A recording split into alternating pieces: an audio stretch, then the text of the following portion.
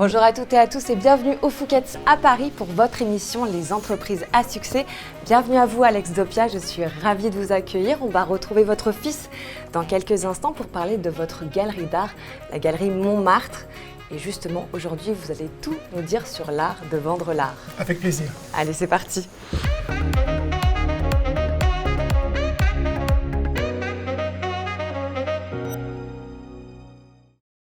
Alex, vous êtes le fondateur et vous, Elliot, vous êtes le manager de la galerie Montmartre. Et cette galerie est vraiment l'incarnation de votre famille et de vos valeurs. Vous tenez toujours à très bien recevoir, comme il se doit, les artistes et les collectionneurs. Est-ce que quelque part, c'est ce qui fait votre force face aux nouvelles chaînes de galeries? Alors effectivement, animer une monogalerie dans un environnement concurrentiel qui peut déployer jusqu'à 20 galeries du même nom et des écuries d'une centaine d'artistes relevait d'une certaine gageure. Notre idée a été d'abord de bien définir les fondamentaux, comment nous allons pouvoir nous exprimer. Nous avons choisi de défendre un lieu, Montmartre, et également une façon de recevoir, c'est-à-dire en famille. On reçoit un peu comme on est chez nous, hein. On ne se change pas, on est pareil à la maison. Enfin, maintenant, on n'habite plus ensemble, mais c'est une culture familiale.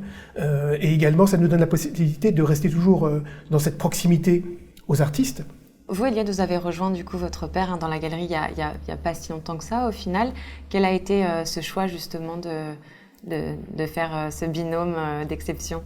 Écoutez, c'est vrai que rien ne m'y prédestinait, on va dire. On partage une forme de proximité intellectuelle, le même humour, je pense. Et c'est surtout une affaire de confiance. Voilà. Moi, je suis issu d'un parcours grandes écoles avec une spécialisation en médias. Et c'est ça que je venais apporter à l'origine. C'était mon expertise en pour développer la partie médias, peut-être communication, marketing de la galerie. Stratégie digitale, politique de contenu. Et on s'est retrouvés là, chacun avec notre bagage, nos compétences, et oui, un dialogue en fait. C'est ça, la galerie aujourd'hui, elle marche par ce dialogue, je trouve. Alors, Montmartre est un lieu important pour l'image de votre galerie, et ça vous tient particulièrement à cœur. Pourquoi? Alors, oui, parce que, encore une fois, il fallait choisir des fondamentaux. Moi, je ne pars pas à l'aventure économique en me disant je vais ouvrir une boutique n'importe où et puis prétendre c'est nouveau, venez chez nous, c'est super. Non, sincèrement, Montmartre est important pour nous parce que c'est un lieu historique de Paris, pas seulement pour cette tradition et ce fantasme artistique qui a été très fort au 19e et au 20e siècle, mais également parce que c'est un lieu, pour moi, de flânerie. C'est un lieu où on est disponible. Montmartre, dans Paris, on ne peut pas le situer dans vous savez, ce carré d'or de consommation du luxe. Les gens ne viennent pas pour acheter, ils viennent pour se promener.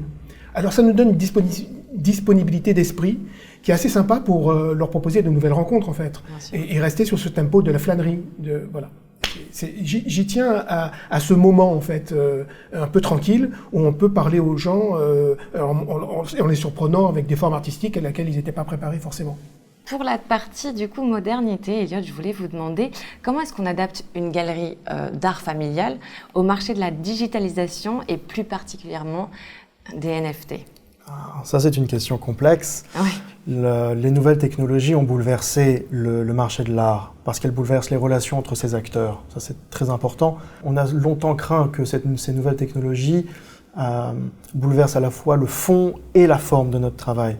Nous, notre parti pris à la Galerie Montmartre, c'est d'exploiter ces nouvelles technologies et de les mettre au service de l'expérience client en galerie. D'accord. Avec d'abord une digitalisation du parcours client en galerie avec des écrans qui permettent de montrer d'abord des interviews d'artistes, c'est un point de contact important, une incarnation aussi de la part de l'équipe de la galerie qui se prête parfois à des analyses d'œuvres, à des rencontres, des échanges avec les artistes. Voilà, les nouvelles technologies, au lieu de rompre le lien, de fondre, de dissoudre le rôle de l'intermédiaire qu'est la galerie d'art, lui permettent justement d'incarner encore mieux son travail. Voilà, grâce aux nouvelles technologies, nous prenons la parole directement sur les réseaux sociaux, avec ou sans les artistes, mais toujours avec leurs œuvres dans la tête. La galerie sera repensée en janvier 2023 et nous allons intégrer cette forme d'art. Notre architecte intégrera cette forme d'art dans le parcours de la galerie. Justement, vous faites bien de le dire, puisque je voulais savoir quelles sont les opportunités qui s'offrent à vous avec ce passage de l'art matière à l'art totalement virtuel, justement. Est-ce que vous y voyez un nouveau vivier? Est-ce que vous y voyez plein de nouvelles opportunités en tant que galerie? Vous savez, nous, galeristes, nous considérons, enfin je considère, nous sommes des passeurs, nous sommes des metteurs en scène. On a choisi un positionnement qui est très simple, c'est de dire que notre principal client, c'est l'artiste. C'est vraiment à lui que nous souhaitons confier le message. Alors aujourd'hui, ils ne peuvent pas s'abstraire de cela. Ils nous disent c'est important. S'ils le ressentent important, on va leur donner la parole. C'est le moins qu'on puisse faire. À moins de brider et de rester sur quant à soi en disant non, il ne faut pas y toucher, on se dit mais attendez, ils nous offrent complètement... En fait, c'est un nouveau regard, c'est un nouveau champ. Après, si ça débouche sur quelque chose, ça va être passionnant. Ça va être passionnant parce que effectivement, ils semblent totalement maîtriser le truc. Donc à la fin, pourquoi ça donnerait quelque chose que ça débloque le marché complètement, bon, il est déjà pas mal le marché, hein, mais par contre que ça débloque intellectuellement, culturellement quelque chose, j'en suis à peu près certain là. Bien sûr. C'est ça, ce parti pris intellectuel, c'est cette nouvelle forme d'art qui est portée par nos artistes, c'est avant tout une performance. Voilà. Là, il y a une performance, une installation. C'est une performance. Et c'est ça qui est intéressant, c'est ce qui nous intéresse. Est-ce qu'il y a quelque chose de nouveau au Royaume de Danemark? Oui, il semblerait. Ouais. Donc oui, donc c'est un secteur qui émerge et vous allez l'accompagner du mieux que vous pouvez. On va l'accompagner. Au service de nos artistes. Accompagner comme on accompagne une nouveauté, on accompagne un champ d'exploration. Dali disait « je suis un explorateur ». C'est ça, les artistes sont des explorateurs. On va leur dire « écoutez, explorez, pourquoi pas, c'est sympa ».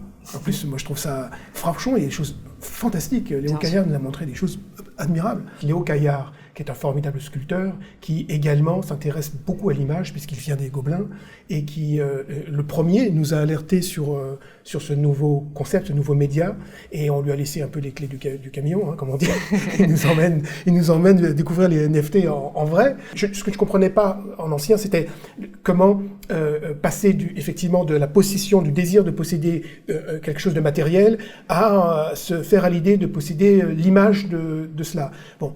Un artiste comme Léo Caillard, qui maîtrise vraiment les codes, nous l'a expliqué, et nous l'expliquera d'ailleurs prochainement très bien, avec une grande exposition que nous allons lui consacrer en 2023, une exposition complète de ses marbres jusqu'à son travail digital.